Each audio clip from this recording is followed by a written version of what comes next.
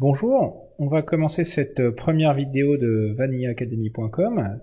C'est un site web où je présente des cours qui permettent de développer des applications web et surtout à partir de rien.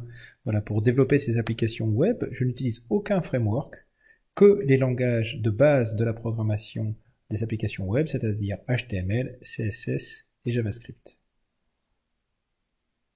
Donc Vanilla Academy, c'est un site web, il est accessible à cette URL, vanillacademy.com, et on peut retrouver tous les cours qui décrivent la façon dont on peut programmer une application web sans utiliser aucun framework. Donc il y a différentes parties, les pages web, les serveurs web, j'explique aussi les bases de données, et je termine par les interactions front et end. Alors pour expliquer un petit peu tous les concepts qui sont présentés dans ce cours, j'utilise une application fil rouge qui est vraiment inspirée de Pinterest. Vous savez, l'application qui permet de présenter des collections de photos.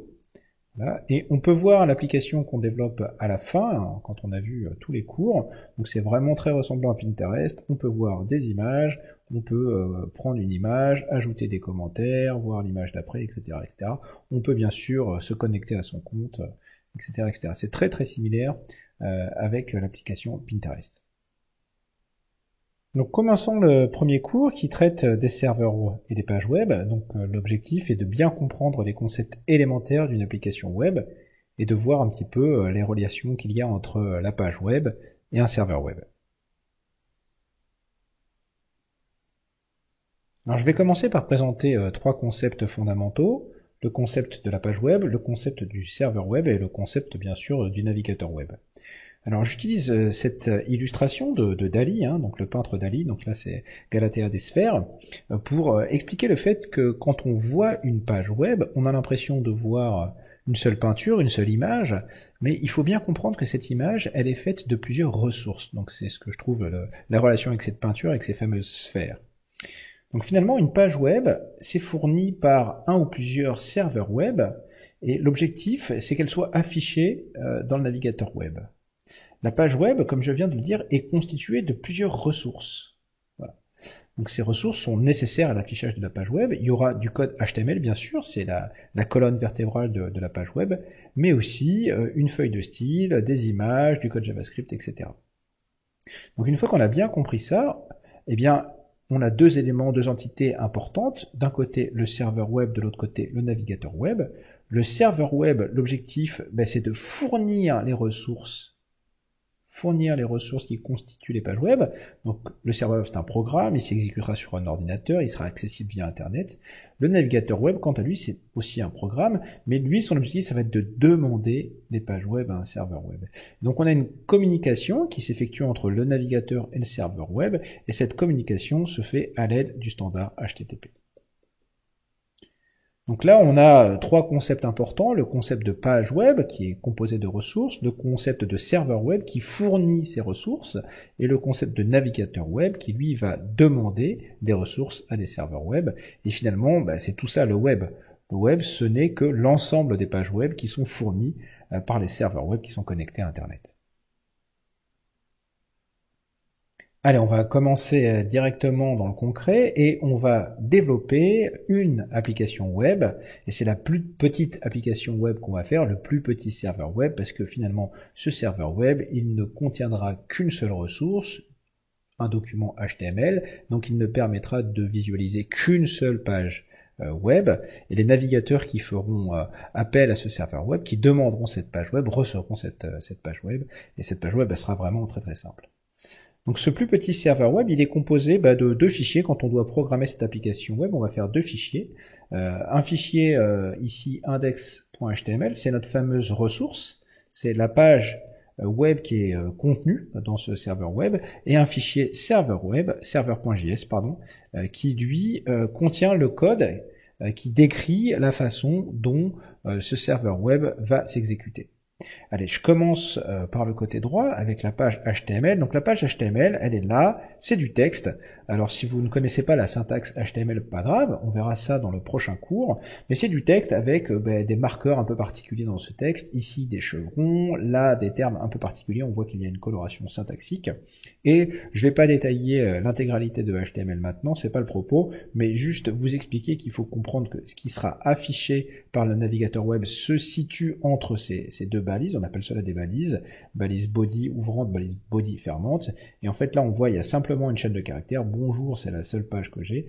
Et donc notre navigateur web, lorsqu'il affichera cette page web, eh bien affichera à l'écran cette chaîne de caractères. Bonjour, c'est la seule page que j'ai. Alors, de l'autre côté, on a le serveur.js. Donc ça, c'est le comportement du serveur web. Faut bien comprendre que le serveur web, c'est un programme.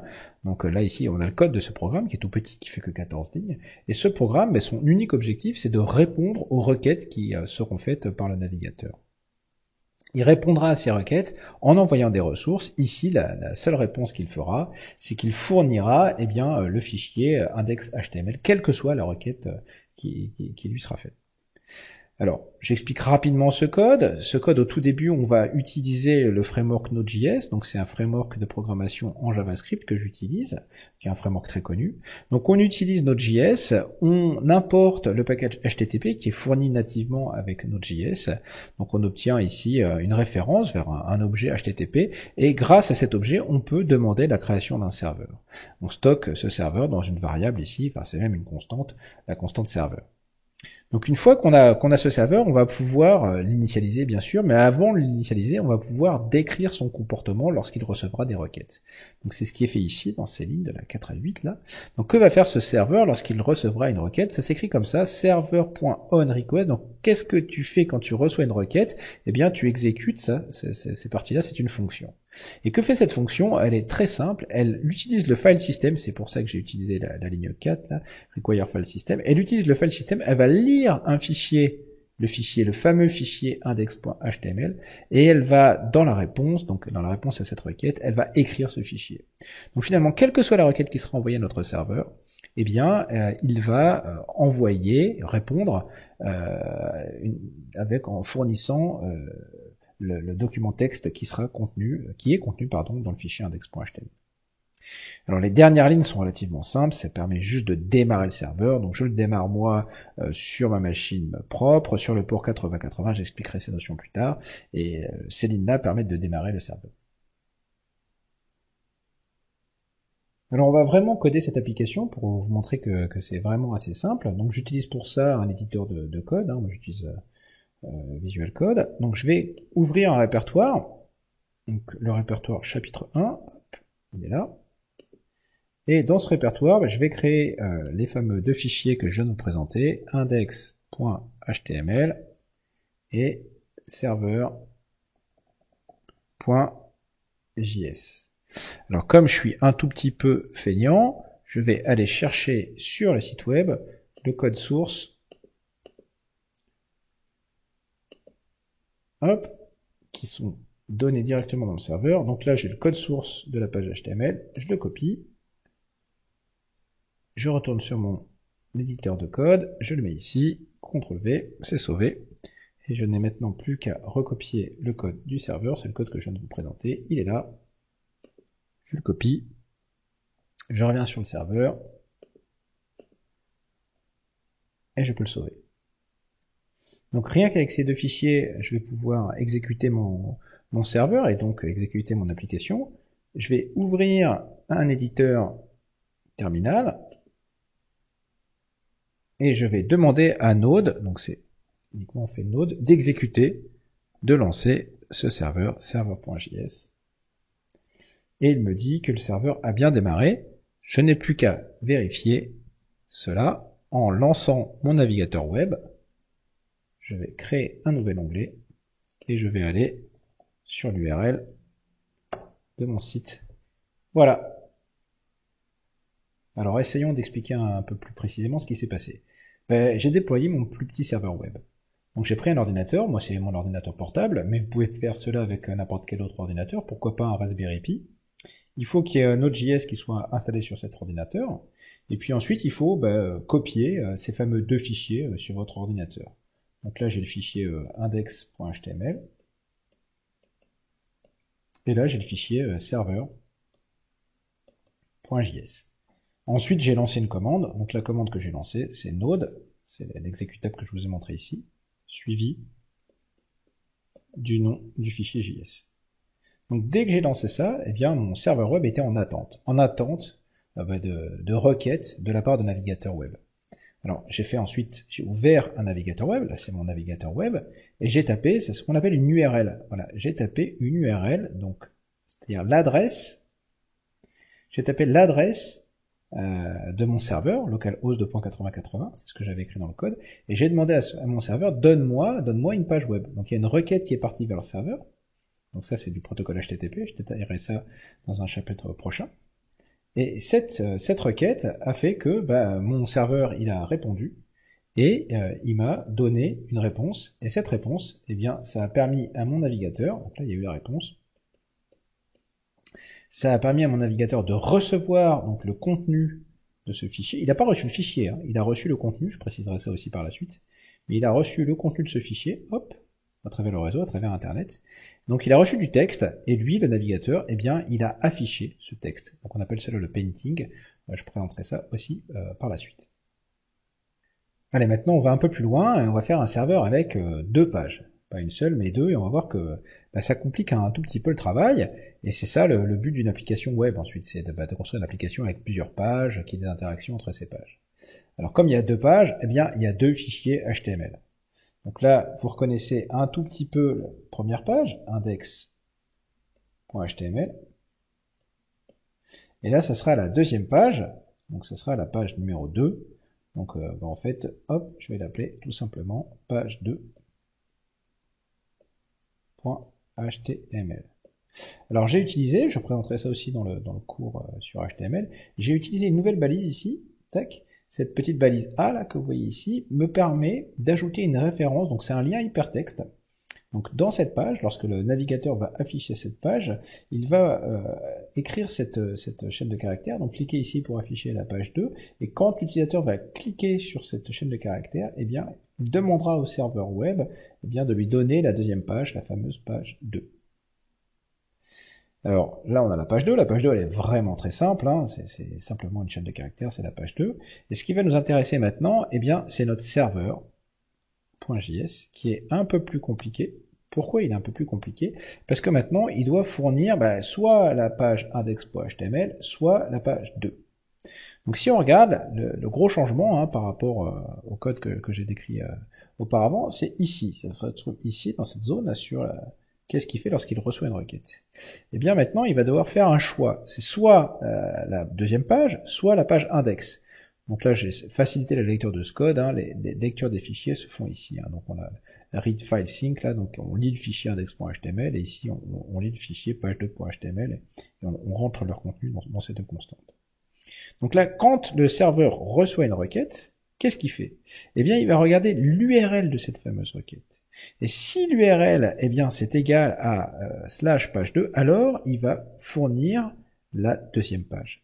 Si ce n'est pas le cas, donc quelle que soit la requête, il va fournir la première page. Donc là, on commence à mieux comprendre le travail du serveur. Le serveur, ça va être de regarder un petit peu le contenu des URL, et en fonction du contenu des URL, en fonction de ce qu'on lui demande finalement, il va fournir des ressources différentes. Donc vous voyez, ce serveur déjà commence à être un peu plus compliqué parce que il contient deux ressources, ces fameux deux fichiers, ces deux ressources. Il contient deux ressources et il fournit ces ressources au navigateur web en fonction de l'URL qui est demandé par le navigateur web.